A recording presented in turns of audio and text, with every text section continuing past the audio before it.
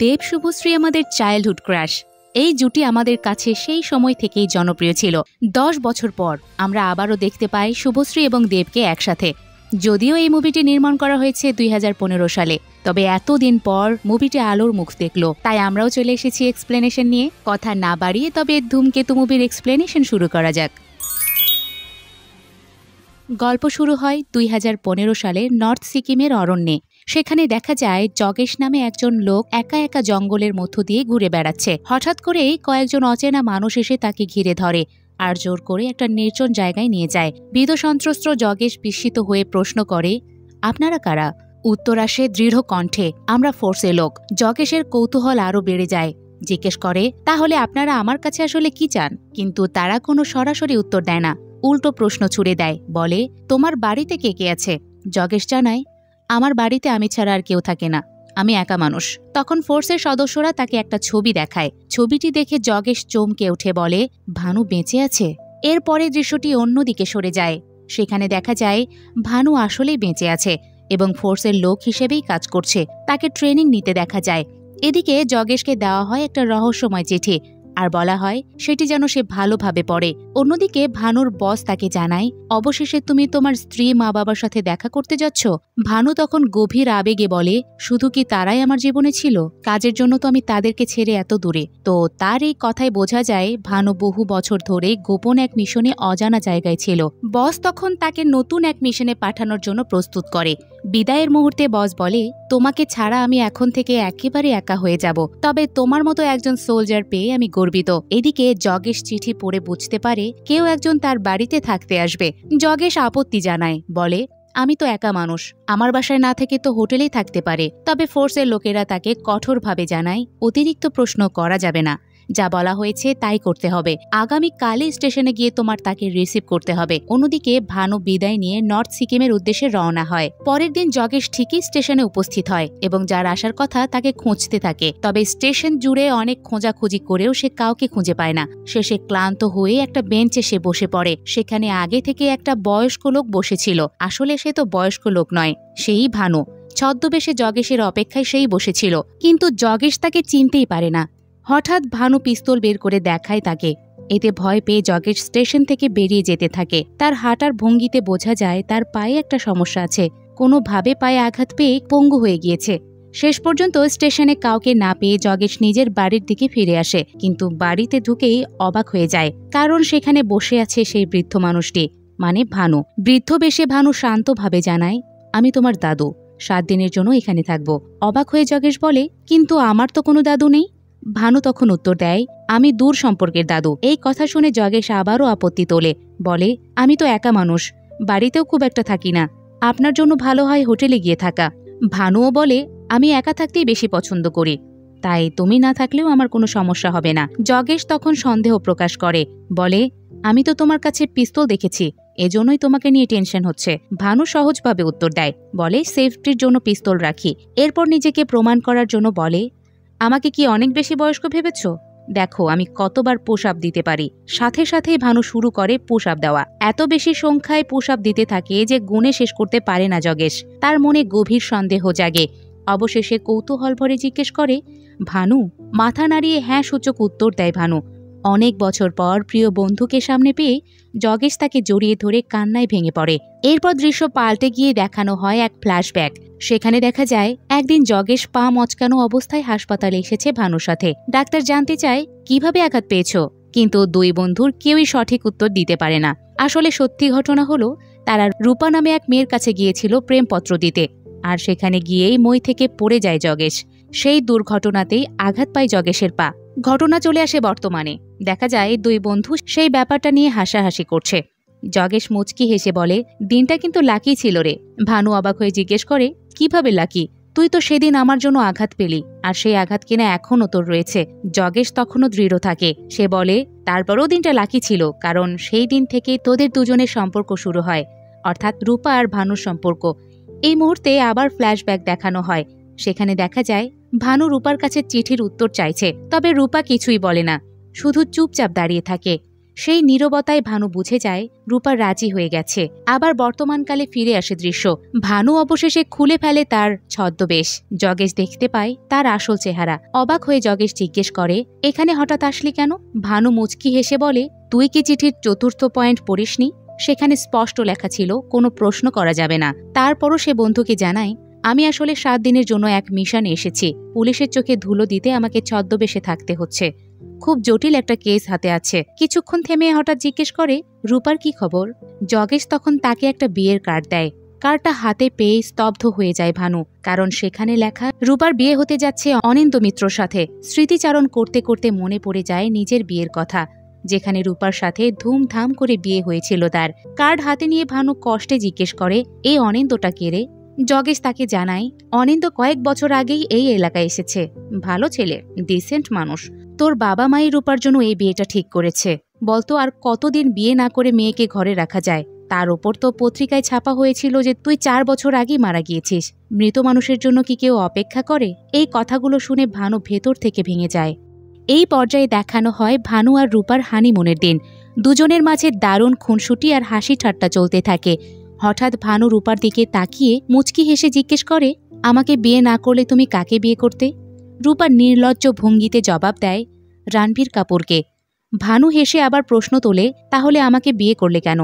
রূপা একগাল হেসে বলে, তুমি যে আমার পিছুই ছাড়ছিলে না, সেজন্য। দুজনের এই খুনসুটি মিষ্টি মধুর মুহূর্তগুলো চলতে থাকতেই হঠাৎ দৃশ্য পরিবর্তিত হয়ে চলে আসে বর্তমান সময়ের কাহিনীতে। প্রেজেন্ট ডেতে ভানু হঠাৎ গম্ভীর হয়ে জগেশকে জিজ্ঞেস করে, মা কেমন আছে? জগেশ এক দীর্ঘশ্বাস ফেলে জানায়, 2 ছেলেকে হারিয়ে মার কেমন ভালো থাকতে পারে। ভেতর থেকে ভেঙে গেছেন তিনি। ভানু তখন গলা ভারী করে বলে, আমার কাছে এখন অনেক টাকা আছে। শেষ হওয়ার আগে সেই টাকা দিয়ে আমি সবার মুখে হাসি ফোটাতে চাই, সবাইকে খুশি করতে চাই। ভানুর কথা শুনে জগেশ অবাক হয়ে প্রশ্ন তোলে, তুই সবসময়ে শেষ শেষ বলছিস কেন? ভানু নিঃসংকোচে জানায়, কারণ আমি আছি এখন সুইসাইড স্কোয়াডে। এরপর দৃশ্য পরিবর্তিত হয়ে ভানু আর বসের মধ্যে কথোপকথন দেখানো হয়। বস ভানুকে জানায়, ওরা স্কুল কলেজ সব বন্ধ করে দিয়েছে, চা বাগানও বন্ধ হয়ে গেছে। ওপারের দিক থেকে ঝাঁকে ঝাঁকে মানুষ আসছে। মাত্র 20,000 টাকা দিয়ে তাদের ভারতীয় নাগরিকত্ব পাইয়ে দেওয়া হচ্ছে। বসের এই কথাগুলো শুনেই স্পষ্ট বোঝা যায় ভানু আসলে কেমন মিশনে এসেছে এবং তার কাজের পেছনে কত বড় রাজনৈতিক খেলাটাই না লুকিয়ে রয়েছে। আবার সিন শিফট হয়ে ভানুর দিকে ফিরে আসে। ভানু এবার জগেশকে বোঝায়, আমরা যখন কোনো মিশনে বের হই তখন সেটাকে জীবনের শেষ দিন মনে করি, যেমন টুইন টাওয়ারে হামলা কিংবা মুম্বাই হামলার লোকেরা করেছিল। ভানুর কথা শুনে জগেশ ক্ষুব্ধ হয়ে যায়, বলে, ওরা তো উগ্রপন্থী সন্ত্রাসী, তাদের সঙ্গে কি তোর তুলনা চলে? ভানু শান্ত গলায় জবাব দেয়, ব্রিটিশরাও তো নাকশাল বাহিনীকে সন্ত্রাসী বলেছিল, কিন্তু তাই বলে কি তারা সত্যি টেররিস্ট ছিল? কিছু সময় আসে যখন কঠিন সিদ্ধান্ত আর পদক্ষেপ নিতেই হয়। জগেশ হতবম্ব হয়ে জিজ্ঞেস করে, তুই তো কোনোদিন পলিটিক্সের সঙ্গে জড়াসনি, হঠাৎ এসব কথা কেন বলছিস? এতদিন তুই কোথায় ছিলি আসলে? ভানু তখন কথা ঘুরিয়ে নিয়ে যায় 2007 সালের ফেব্রুয়ারির 2 তারিখের স্মৃতিতে। সেই দিনটা তার মনে গভীরভাবে দাগ কেটেছে। সে স্মৃতিচারণ করতে করতে বলে, সেদিনই তো ছিল বাবার ফেয়ারওয়েলের দিন। সিন এবার অতীতে ফিরে নিয়ে যাওয়া হয়। ভানুর বাবার ফেয়ারওয়েলের অনুষ্ঠান ছিল। চারিদিক সাজানো, ভিড় জমে আছে সহকর্মী ও ছাত্রছাত্রীদের। বক্তৃতা শেষে ভানুর বাবা বাসায় ফেরার পথে রাস্তায় হঠাৎই দেখতে পান এক কিশোরের লাশ। সে আর অন্য কেউ নয়, সে রবি। বাবার হৃদয় কেঁপে ওঠে। তিনি ছেলের হত্যার বিচার চাইতে থানায় যান, তবে পুলিশ কিছুই করে না, উল্টো তাকে আরও সতর্ক করে দেয়, বলে এমন বিপদ কিন্তু ভানুর উপরেও আসতে পারে। প্রেজেন্টেতে ফিরে এসে ভানু আবেগমথিত কণ্ঠে বলে, সেদিনই চা বাগানের ম্যানেজার আমাকে ডেকে 20,000 টাকা দেয় আর বলে গুয়াহাটিতে পালিয়ে যেতে। সে সতর্ক করে দেয় যে এখানে থাকলে আমাকেও মেরে ফেলবে। জগের স্মৃতি টেনে জানায়, তুই পালানোর কিছুদিন পরই সেই ম্যানেজারের কুটি কুটি লাশ পাওয়া যায়। তারপর তোর বাবার কাছে লোকজন গিয়ে শুধু তোর খোঁজ করতে থাকে, এমনকি তোর বাবাকে তারা মারধরও করেছে। ভানু তখন জানায়, গুয়াহাটি থেকে আমি বহু দূরে হেঁটে অরুণাচল প্রদেশে পৌঁছাই। সেখানে তাদের সঙ্গে আমার দেখা হয়। যেহেতু আর ফেরার কোনো পথ ছিল না, তাই বাধ্য হয়েই আমি তাদের দলে যোগ দেই, তাদের হয়ে কাজ শুরু করি। ভানুর স্বীকারোক্তি শুনে জগেশ আবেগে বলে, তুই অনেক সাহসী, আমি কিনা ভীতুই থেকে গেলাম। ভানু পাল্টা জবাব দেয়, বলে, না, তুইও সাহসী। আমার মতো একজন উগ্রপন্থীকে তুই নিজের ঘরে জায়গা দিয়েছিস, অবশ্যই তুই সাহসী। তুই চাইলে আমি এখনই এখান থেকে চলে যেতে পারি। জগেশ জানায়, তোকে কোথাও যেতে হবে না। ঠিক তখনই ভানু একটা সিগন্যাল পায়। সে তাড়াতাড়ি জগেশকে নিয়ে ঘরের ভেতরে ঢোকার চেষ্টা করে। জগেশ অবাক হয়ে জিজ্ঞেস করে, কেন, বাইরে তো কোথাও তোদের লোককে দেখতে পাচ্ছি না। ভানু ঠান্ডা গলায় বলে, তারা লুকিয়ে আছে, চোখে পড়বে না। দুজনে ঘরে ঢুকতেই জগেশ দেখে একটা লাল পতাকা লাগানো। ভানু ব্যাখ্যা করে, লাল পতাকা মানে আমি ঘরে আছি, আর সবুজ পতাকা মানে আমি ঘরে নেই, এটাই আমাদের সিগন্যাল। এরপর দৃশ্য আবার অতীতে সরে যায়। ভানু রূপার সঙ্গে আলাপ করতে করতে হঠাৎ আবেগী কণ্ঠে বলে, রবির মতো যদি আমারও একদিন কিছু হয়ে যায় তখন তুমি কি করবে? রূপা আতঙ্কিত হয়ে তাকে এসব থেকে দূরে থাকার অনুরোধ করে। তবে ভানু জানায়, একদিনে ৩,৫০০ কর্মীর চাকরি তারা কেড়ে নিয়েছে। আমরা কয়েকজন তাদের হয়ে লড়ছি, যদি লড়াই না করি তারা বাঁচবেই বা কিভাবে? এসব বলতে বলতে রবিকে স্মরণ করে ভানু কান্না করে দেয়, কারণ তাদের দুই ভাইয়ের মধ্যে সম্পর্ক অনেক গভীর ছিল, অনেক অটুট বন্ধন ছিল। সিন আবার প্রেজেন্ট এতে আসে। ভানু এবার ছদ্মবেশ নেয় এক বয়স্ক লোকের, নাম দেয় ইন্দ্রনাথ। সেই ছদ্মবেশে সে তার বাবার সঙ্গে দেখা করতে আসে। বাবার কাছে গিয়ে নিজের পরিচয় গোপন রেখে শুধু আলাপ করে। ভানু বাবাকে জিজ্ঞেস করে, আপনার নাম কি সূর্য সিং না? আপনি তো টিচার ছিলেন, তাই না? ভানুর বাবা বিষণ্ণ হাসি দিয়ে জবাব দেয়, হ্যাঁ, তবে সেটা 10 বছর আগের কথা। ভানু কৌশলে আরও এগোয়, নিজের ব্যাচমেটের নাম তোলে, এমনকি বলে বসে আমি তার দাদু। বাবাও যোগ দেন তার কথায়, বলেন, আমার বড় ছেলে তার ব্যাচমেট ছিল। ভানু চোখে জল নিয়ে প্রশ্ন করে, আপনার বড় ছেলে এখন কোথায়? বাবা গম্ভীর কণ্ঠে বলেন, সে মারা গেছে। এরপর ধীরে ধীরে চলে যায় সে। ভানু ফিরে এসে জগেশকে জানায়, আজ ইন্দ্রনাথ হয়ে বাবার সঙ্গে কথা বললাম, উনি ভীষণ ভেঙে পড়েছেন। জগেশ শান্ত গলায় বলে, বয়স হয়েছে, ভাঙাটা তো স্বাভাবিক। ভানু মাথা নাড়িয়ে জানায়, না, বয়সের জন্য নয়, অন্য কারণ আছে। অন্য কারণটা এটাই যে সে তার 2টা ছেলেকে হারিয়েছে। ঠিক তখনই জগেশ ভানুর বাবাকে নিজের কাছে ডেকে আনে। ভানুর বাবা আসতেই জগেশ কাঁপা কাঁপা কণ্ঠে বলে, একটা চিঠি এসেছে ভানুর নামে, এর আগে কখনো খুলিনি, তবে এবার খুলেছি। দেখলাম ভানু আপনার জন্য 25 লাখ টাকা পাঠিয়েছে। ভানুর বাবা এই খবর শোনা মাত্রই স্তব্ধ হয়ে যায়, তার চোখে জল আসে। তিনি কেঁপে ওঠা কণ্ঠে জিজ্ঞেস করেন, ভানু কি তাহলে বেঁচে আছে? জগেশ দীর্ঘশ্বাস ফেলে উত্তর দেয়, না, লোকাল পত্রিকায় 4 বছর আগে খবর বের হয়েছিল যে সে মারা গিয়েছে। তবে আসল সত্যি হলো ভানু মাত্র 1 বছর আগে মারা গেছে। এই 25 লাখ টাকা তার পাওনা ছিল, সে যেখানে কাজ করত সেখান থেকে পাঠানো হয়েছে। এরপর জগেশ ভানুর বাবার হাতে সেই 25 লাখ টাকা তুলে দিয়ে বলে, আমি জীবনেও এত টাকা একসাথে দেখিনি। প্রথমে ভেবেছিলাম 5 লাখ এখান থেকে সরিয়ে নেব, তবে যে মারা গিয়েছে তার টাকা আমি কিভাবে নেই বলুন? তাই পুরো টাকাটাই আপনার হাতে তুলে দিলাম।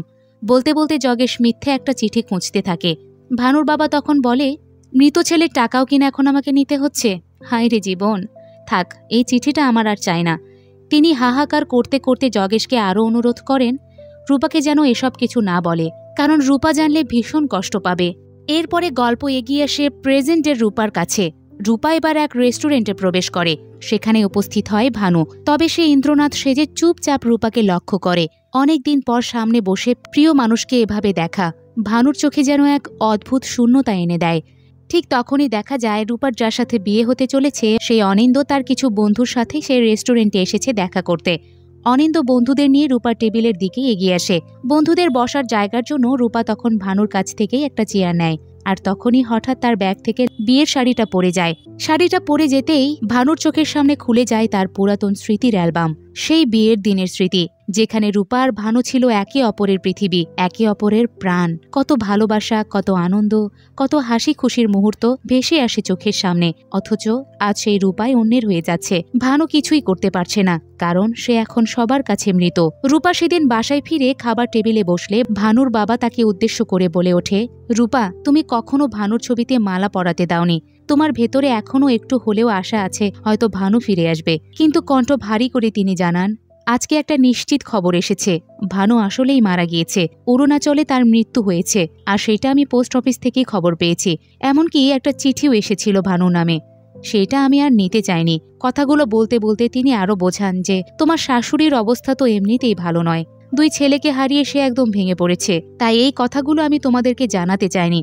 তবে আজ ভেবেছি তোমার সামনে একটা নতুন জীবন আসছে, সবকিছু খোলাখুলি তোমার জানা উচিত, যেন তুমি আর ভানুর স্মৃতি নিয়ে পড়ে না থাকো, তার তোমার নতুন জীবন নিয়ে ভাবো। পারলে মাঝে মাঝে আমাদের দেখতে এসো। কথা শেষ করে ভানুর বাবা চোখ নামিয়ে নেন, আর রূপা কোনো উত্তর না দিয়ে নিঃশব্দে উঠে গিয়ে নিজের ঘরে চলে যান। এদিকে ভানু জগেশের সাথে কথা বলছে। ভানুর প্রথম প্রশ্ন, বাবা ঠিকমতো টাকাগুলো পেয়েছে তো? জগেশ বলে, হ্যাঁ, সব ঠিক আছে। এরপর ভানু কিছুক্ষণ চুপ থেকে জিজ্ঞেস করে, অনিন্দ কি রূপার জন্য ঠিক হবে? মানুষটা কি ভালো? জগেশ এবার গম্ভীরভাবে বলে, হ্যাঁ, অনিন্দ অনেক ভালো মানুষ। রূপার অনেক খেয়াল রাখে, এমনকি বাচ্চাটাকেও সে দেখাশোনা করে। বাচ্চার প্রসঙ্গ আসতেই ভানু চমকে ওঠে। কোন বাচ্চা? কার বাচ্চা? জগেশ তখন নরম কণ্ঠে উত্তর দেয়, তোর বাচ্চা ভানু, নাম তিতলি। ওর এখন 8 বছর হয়ে গিয়েছে। কথাটা শুনেই যেন ভানুর বুকের ভেতরটা ছিঁড়ে যায়। অবিশ্বাসের দৃষ্টিতে তাকায় জগেশের দিকে, যেন সে বিশ্বাসই করতে পারে না যে তার একটা সন্তান আছে, অথচ কোনোদিন সে জানতেই পারেনি। এই সত্যটা ভানুকে ভেতর থেকে ভেঙে ফেলে। তখন দৃশ্যান্তরে দেখা যায় রূপা আয়নার সামনে দাঁড়িয়ে আছে। মাথায় বিয়ের শাড়ি দিয়ে সে হঠাৎ তিতলির দিকে তাকায়, আর সেখানেই আমরা প্রথমবার স্পষ্ট দেখি ছোট্ট তিতলিকে। পরের দিন সকালে ভানু আবার ইন্দ্রনাথ সেজে জগিং করতে করতে ইচ্ছে করেই বাবার সাথে দেখা করে। ভানুকে দেখে বাবা প্রশ্ন করে, আপনি এখন কোথায় থাকছেন? ভানু উত্তর দেয়, ফরেস্ট অফিসের একটা গেস্ট হাউসে আছি। কিছুক্ষণেই তাদের আলাপ জমে ওঠে। ভানু বলে, অনেকদিন আগে এসেছিলাম এখানে, চারপাশে এখন অনেক বদলে গিয়েছে। বাবার মুখে তখন ক্ষোভ আর হতাশা মেশানো কথা। সব নষ্ট করে দিয়েছে ওরা, এমনকি আমার 2 ছেলেকেও তারা মেরে ফেলেছে। ব্রিটিশরা যা বলেছিল তাই সত্যি। এই বাংলা এখন উগ্রপন্থীদের অভয়ারণ্য। আজকাল এরা এতটাই বাড়াবাড়ি করছে যে সব জায়গায় প্রভাব বিস্তার করছে। যদি আমার হাতে ক্ষমতা থাকতো তবে একটিও উগ্রপন্থীকে বাঁচিয়ে রাখতাম না। রাজনীতিবিদদের হাতিয়ার হয়ে এরা শুধু ধ্বংসই ডেকে আনছে। ভানু শান্ত স্বরে উত্তর দেয়, উগ্রপন্থীদেরও তো নিজেদের মতামত থাকতে পারে। তবে বাবা ক্ষোভে বলে ওঠেন, তাহলে তারা কেন স্কুলে, শপিং মলে বোমা মারে? কেন তারা নিরীহ মানুষকে হত্যা করে? যদি সত্যি এত সাহস থাকে তবে দেশের দুর্নীতিবাজদের মেরে ফেলুক না। বাবার এই কথায় ভানুর মুখে এক অদ্ভুত তৃপ্তির হাসি দেখা যায়। সে বলে, আপনার এই কথাটা আমার বেশ ভালো লেগেছে। তারপর হাঁটতে হাঁটতে তারা বাবার বাড়ির কাছে চলে আসে। বাবা অনুরোধ করেন ভেতরে যেতে। ভানু জানায়, আজকে আর নয়, আরো 2-3 দিন তো আছি, একদিন অবশ্যই আসব। বাড়ির গেটের কাছে এসে বাবা ভেতরে প্রবেশ করে। ভানু আড়াল থেকে শুধু তাকিয়ে থাকে। হঠাৎ একটা ছোট্ট বল বাইরে গড়িয়ে আসে। ভানু আশায় বুক বাঁধে, হয়তো বলটা নিতে তিতলি আসবে আর তাকে এক ঝলক সে দেখতে পাবে। তবে বাইরে বেরিয়ে আসে রূপা আর বলটা নিয়ে যায়। মেয়েকে আর দেখা হয় না ভানুর। চোখ ভিজে ওঠে আর ভানু চলে আসে সেখান থেকে।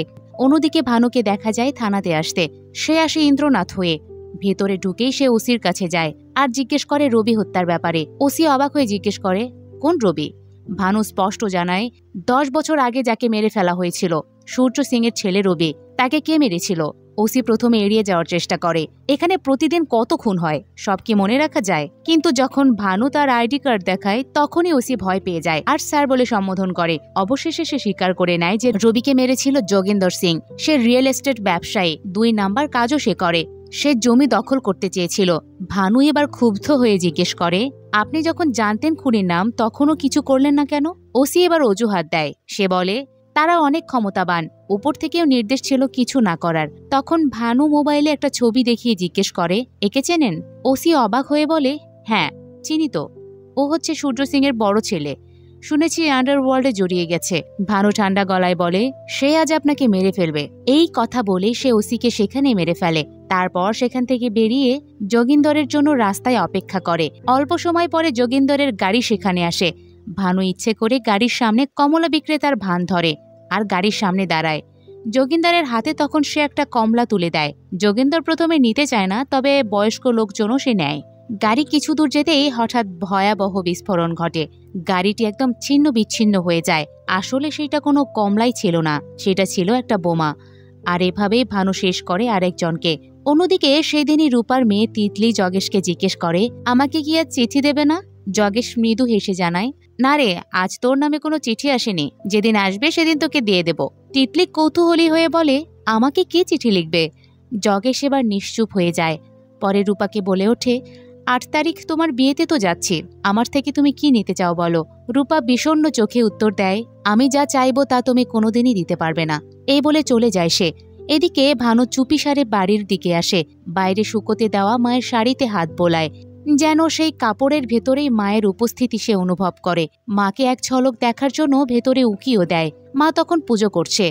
হঠাৎ তিনি কারো উপস্থিতি টের পান, কিন্তু ভানু আড়ালেই থেকে যায়, সামনে আসে না। রাতের বেলায় ভানু আবার বাড়ির দরজায় আসে।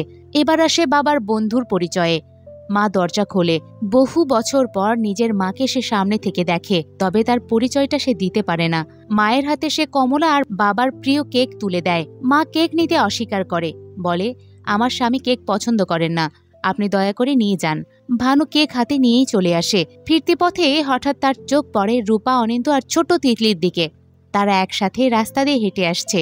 সেদিনই প্রথমবার ভানু তার মেয়েকে সামনে থেকে দেখে। বুক ভরে মেয়ের দিকে তাকায়, কিন্তু কিছুই বলার সাহস পায় না। তারা পাশ কাটিয়ে চলে যায়। ভানুও নিঃশব্দে ফিরে আসে নিজের ঘরে। রাতে জগেশ রেডিওতে খবর শোনে। শুনতে পায় আজকে স্থানীয় এক রাজনৈতিক নেতা বোমা বিস্ফোরণে নিহত হয়েছেন। থানার ওসিকেও থানার ভেতরে খুন করা হয়েছে। প্রশাসন এলাকায় কারফিউ জারি করেছে। এখনো পর্যন্ত কোনো প্রমাণ পাওয়া যায়নি, তদন্ত চলছে। এমন সময় দেখা যায় জগেশের বাড়ির সামনে রাখা সবুজ কাপড় সরিয়ে কেউ একটা লাল কাপড় রেখে দিচ্ছে, অর্থাৎ ভানু ফিরে এসেছে ঘরে। ঘরে ফিরে ভানু ছদ্মবেশ খুলে স্বাভাবিক হতে শুরু করে। শরীরের ঘাম মুছে ফ্রেশ হওয়ার চেষ্টা করছে সে।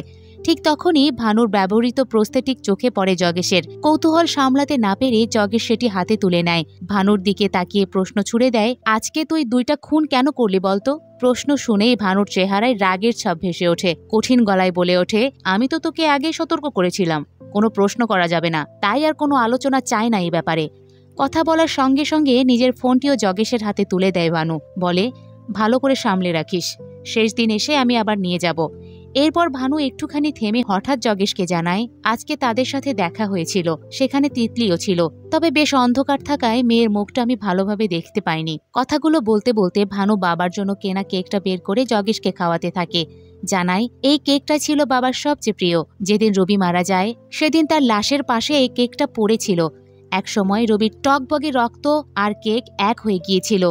এসব স্মৃতি মনে করে ভানু যেন হঠাৎ অস্বাভাবিক হয়ে ওঠে। কেক জোর করে জগেশের মুখে মাখাতে শুরু করে। জগেশও ভয় পেয়ে আতঙ্কিত হয়ে যায়।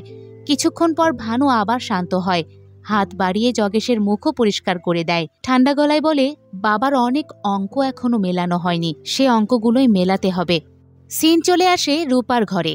রূপার শাশুড়ি তাকে গয়না তুলে দিতে চাইলে রূপা নম্রভাবে তা ফিরিয়ে দেয়। শাশুড়ি অভিমান মাখা কণ্ঠে জোরাজোরি করে, কিন্তু রূপা মাথা নাড়ে। তখন শ্বশুর সামনে এসে দাঁড়িয়ে বলে, তোমার নামে ব্যাংকে কিছু টাকাও জমা রাখা আছে, সেগুলো নিয়ে নিও, এগুলো তো তোমারই প্রাপ্য।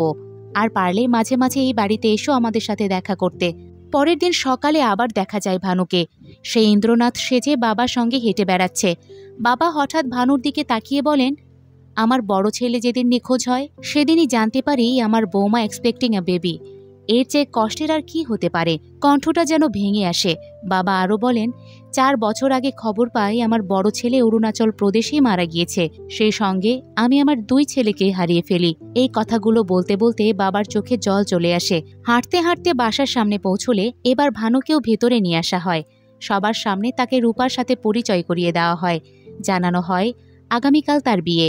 রূপা তখন ভদ্রতার সঙ্গে প্রণাম করতে গেলে ভানু তৎক্ষণাৎ হাত ধরে তাকে থামিয়ে দেয়, তাকে প্রণাম করতে দেয় না। এই সময় ভানুকে পরিচয় করিয়ে দেওয়া হয় পরিবারের মেয়ে তিতলির সঙ্গে। তখনই প্রথমবারের মতো স্পষ্ট করে তিতলিকে দেখতে পায় ভানু। কৌতূহল হয়ে সে নিজের নাম জিজ্ঞেস করে তিতলিকে। তিতলি সরল ভঙ্গিতে বলে, আজকে আমার নাম তিতলি সিং, তবে আগামীকাল থেকে হবে তিতলি মিত্র। কথাটা শুনেই ভানুর বুকের ভেতরে মোচড় দিয়ে ওঠে, যেন শব্দগুলো তার ভেতরের বিষের মতো বিঁধে যায়। মুখে কিছুই সে বলতে পারে না, তবে দৃষ্টিতে সবকিছু ফুটে ওঠে। এদিকে তিতলিরও স্কুলে যাওয়ার সময় হয়ে যায়। রূপা তাকে স্কুলে নিয়ে যায়। ভানুও থেমে থাকে না, নিঃশব্দে পিছু নিয়ে তাদের সাথে স্কুল পর্যন্ত চলে আসে সে। অন্যদিকে সেই দিন জগেশ যায় এক বৃদ্ধের কাছে, যাকে নিয়মিত পেপার পড়ে শোনায় সে। হঠাৎ সংবাদপত্রে চোখ আটকে যায় তার। খবরের শিরোনামে লেখা, এক ফাঁসির আসামির শেষ ইচ্ছা পূরণ হতে চলেছে। লাইনটা পড়ে যেন সে চিন্তায় ডুবে যায়। গভীরভাবে ভাবতে থাকে জীবনের মানে নিয়ে। আর তার মনে হয় ভানুর কথা। তখনই সে দ্রুত রওনা দেয় বাড়ির দিকে। যাওয়ার সময় সে পুলিশের গাড়িও দেখতে পায়।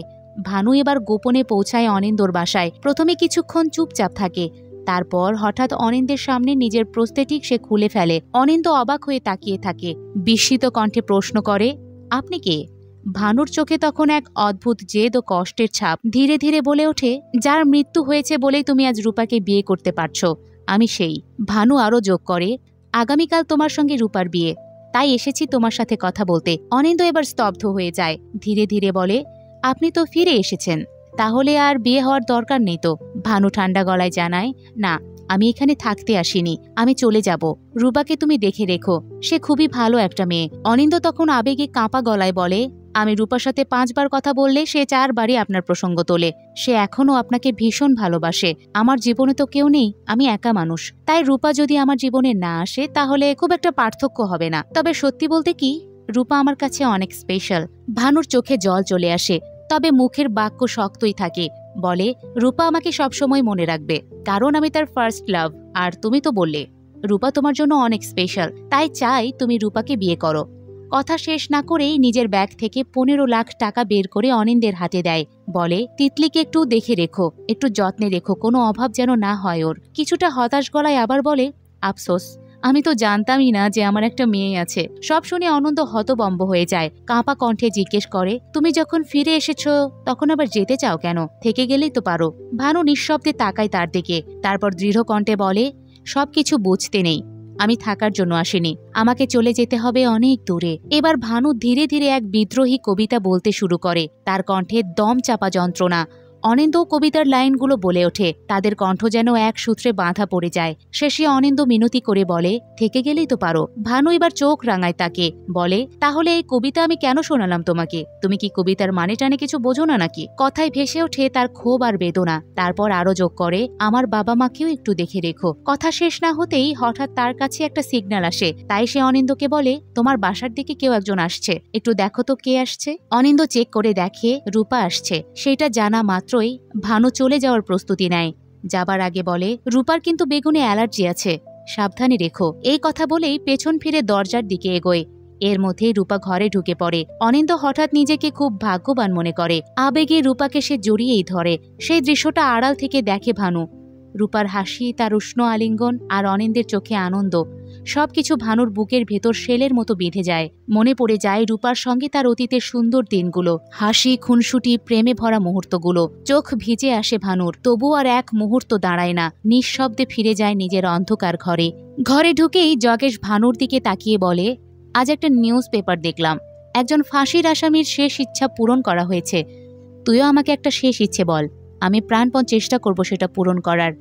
কিন্তু ভানু কোনো জবাব না দিয়ে গম্ভীরভাবে কিছু গুরুত্বপূর্ণ ডকুমেন্ট পোড়াতে থাকে। জগেশ আবার বলে, তুই দুপুরে ঘরে ফিরিসনি দেখে বুকের ভেতর ভয় ধরেছিল। চারিদিকে যত পুলিশ ঘুরছে, ভেবেছিলাম হয়তো ধরা খেয়েছিস। কথা শেষ না হতেই জগেশ আবেগ নিয়ে বলে, আমি রূপার আশীর্বাদে গিয়েছিলাম, সেখানে তোর মা আমাকে খাবার খেতে দিয়েছিল।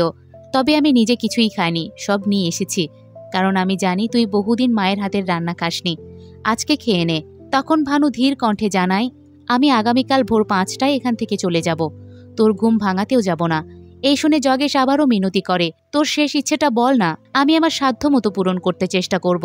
শেষে ভানু ঠাট্টার সুরে জগেশকে গাইতে বলে, আবৃত্তি করতে বলে, আর সিটি বাজাতে বলে, এমনকি তাকে নাচতেও বাধ্য করে। জগেশ এসব করতে করতে ভেতরে ভেতরে একদম ভেঙে যায়, কান্না আর চেপে রাখতে পারে না। ভানু তখন ঠোঁটে মৃদু হাসি এনে বলে, এবার তুই হাসবি। কিন্তু জগেশ কোনোভাবেই হাসতে পারে না।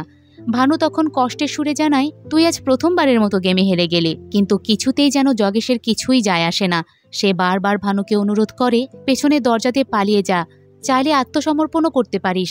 আজকে যে পেপারে ফাঁসির নিউজটা পড়েছি, সেই আসামিকে 22 বছর পর ফাঁসি দেওয়া হয়েছে। তুই যদি এখনই স্যারেন্ডার করিস তাহলে অন্তত 22 বছর তো বেঁচে থাকবি। প্লিজ এবার আর পালিয়ে যাস না। ভানু এবার ধীরে ধীরে পিস্তল তুলে জগেশের দিকে তাক করে। শীতল কণ্ঠে বলে, আমি চাইলে তোকে এখানেই গুলি করে মারতে পারি, কেউ টের পাবে না। তবে মুহূর্তেই বাতাস ভারী হয়ে ওঠে। পরক্ষণেই ভানুর চোখে জল আসে।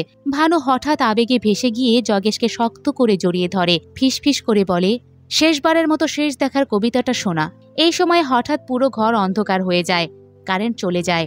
জগেশ মোমবাতি জ্বালাতে এগিয়ে যায়, তবে আলো জ্বালাতেই হতবাক হয়ে যায় সে। ঘরে কোথাও ভানু নেই।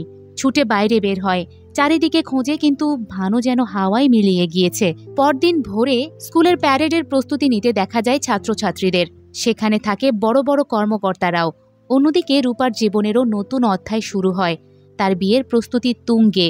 এদিকে ভানু নিজের শরীরে বোমা বেঁধে প্রস্থেটিক পরে ছদ্মবেশে বেরিয়ে পড়ে রাস্তায়। নির্দিষ্ট পরিকল্পনা মতো ভিড়ের মাঝখানেই প্রবেশ করে সে। অন্যদিকে জগেশ বাড়িতে এসে টিভিতে প্যারেডের সরাসরি সম্প্রচার দেখতে থাকে। চোখ পড়তেই তার বুক ধক করে ওঠে। সঙ্গে সঙ্গে বুঝতে পারে এই প্যারেডেই ভানু কিছু একটা করবে। তাড়াহুড়ো করে বাইরে বের হয়।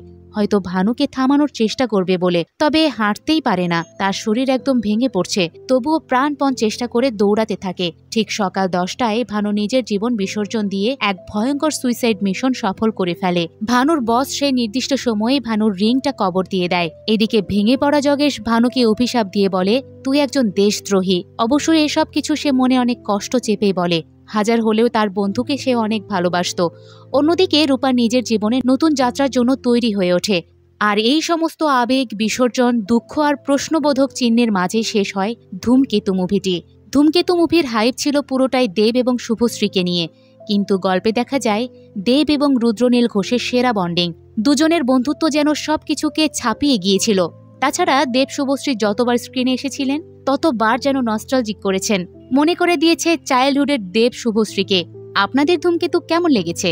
ভালো লাগা মন্দ লাগা জানাতে পারেন আমাদের। মিসেস মুভি এক্সপ্লেনারের সাথে এতক্ষণ থাকার জন্য ধন্যবাদ।